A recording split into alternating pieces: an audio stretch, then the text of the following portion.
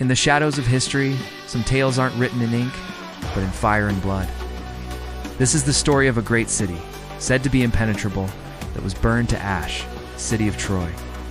For millennia, we've heard the names of its heroes, the mighty Achilles, the noble Hector. We've heard of the legendary beauty of Helen, and of course, the giant wooden horse. But have you ever wondered how this brutal, decade-long war truly began? What's the real story behind this spectacular victory and the devastating defeat? This isn't just a story of a mortal war. It's a story of a cosmic game played by the gods, where human beings were merely pawns on a chessboard. And it all started with a single golden apple. It began at a wedding on the magnificent Mount Olympus, but one guest was conspicuously absent from the invitation list. Eris, the goddess of discord. Unsurprisingly, she wasn't happy about it, seeking revenge. She tossed a gleaming golden apple onto the banquet table, inscribed with just 3 words: for the fairest. Immediately, 3 of the most powerful goddesses laid claim to it. Hera, the majestic queen of the gods; Athena, the brilliant goddess of wisdom and war; and Aphrodite, the irresistible goddess of love. Zeus, wanting absolutely no part in this argument, cleverly outsourced the decision to a mortal, a handsome young man named Paris, Prince of Troy. Each goddess approached him, making an offer he couldn't possibly ignore. Hera promised him immense power to be the ruler over all of Asia. Athena promised him supreme wisdom and guaranteed victory in every battle he would ever fight. But Aphrodite, she made an offer that spoke directly to his heart. She promised him the love of the most beautiful mortal woman in the world, Helen, the Queen of Sparta.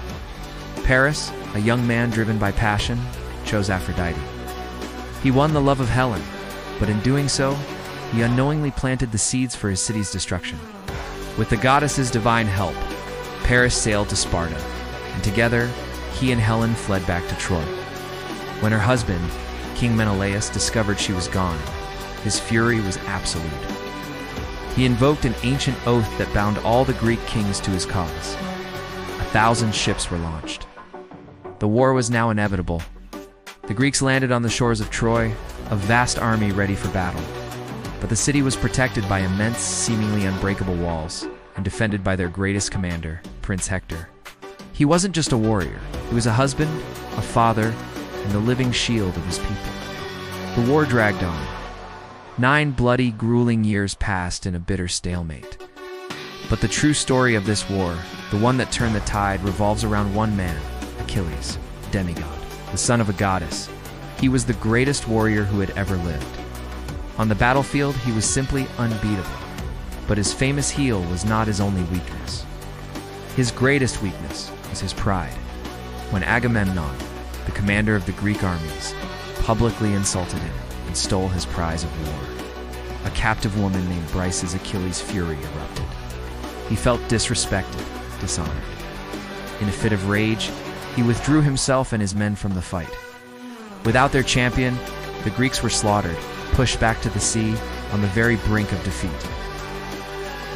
But then, tragedy struck. Patroclus, Achilles' closest friend, his brother in all but blood, could not stand by and watch his comrades be annihilated. He begged Achilles to let him fight. Achilles refused, but allowed Patroclus to wear his armor and lead his men into battle to rally the troops. He fought with incredible bravery, turning the tide for a moment, but in the end, he was cut down by the spear of Hector, who believed he was fighting Achilles himself. When the news reached Achilles, his grief was absolute. The cold rage of wounded pride was replaced by the white-hot rage of vengeance. His pain consumed all reason, all thought. Achilles returned to the war, but not for Greece, not for glory. He returned for one purpose, and one purpose only: to kill Hector. The final showdown had arrived. Achilles, armed with a new, magnificent suit of armor forged by the smith god Hephaestus himself, faced Hector outside the city gates. Hector knew he stood almost no chance against the enraged demigod, but he fought anyway for his honor, for his family, and for his city.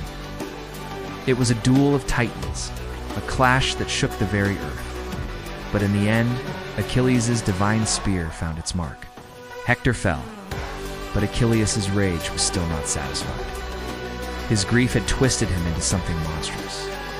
He tied Hector's body to the back of his chariot and, in a horrifying display of desecration, dragged it around the city walls as the people of Troy, including Hector's own family, watched in horror. It was a brutal act that forever tainted his own victory and his name. Soon after, prophecy was fulfilled. Paris, the very man who started the war, would also be the one to end its greatest hero. From the walls of Troy, he let loose an arrow. Guided by the hand of the god Apollo, who favored the Trojans, it flew straight and true, striking Achilles in his heel, his one mortal weakness. The invincible demigod, the greatest warrior of his age, was dead. With Achilles gone, the Greeks once again fell into despair. After 10 long years, they still could not breach the walls of Troy. Brute force had failed them time and time again. It was time for cunning. And Odysseus, the clever king of Ithaca, the master strategist, had a plan. A truly audacious plan. The Greeks packed up their camps and pretended to sail away in defeat. But they left a parting gift on the beach, a massive, magnificent wooden horse, supposedly an offering to the goddess Athena to ensure their safe journey home. The Trojans, watching from their walls, were divided. Some, like the priest Locon, warned it was a trap. "Beware of Greeks bearing gifts," he cried, but most, utterly exhausted by a decade of constant warfare, saw it as a symbol of their hard-won miraculous victory. Ignoring the dire warnings, they pulled the colossal horse inside their unbreakable walls and began to celebrate. It was their final, fatal mistake. As night fell and Troy slept in a drunken, joyous stupor, a hidden door on the horse's belly creaked open. Odysseus and his finest soldiers slipped out into the darkness. They crept to the city gates and opened them for the entire Greek army, which had sailed back under the cover of night. The slaughter began. They moved through the city like ghosts, killing sleeping soldiers and unarmed citizens. There was no mercy. The old king Priam was killed at his own altar. The great city, the pride of a civilization, was looted and burned to the ground from the inside out. In the chaos, Helen was found and taken back to her husband Menelaus. The 10-year war fought in her name was finally over.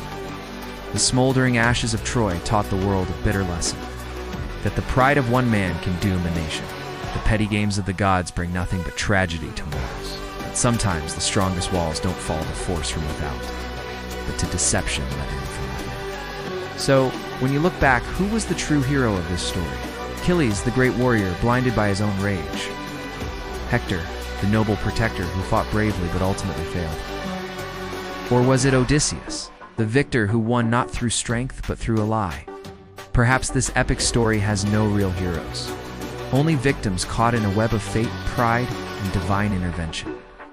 And that is the timeless, tragic legacy of Troy. Thank you so much for joining me on this journey back in time. If you enjoyed this story, don't forget to like, subscribe, and hit that notification bell so you don't miss our next deep dive into history and myth. See you next time.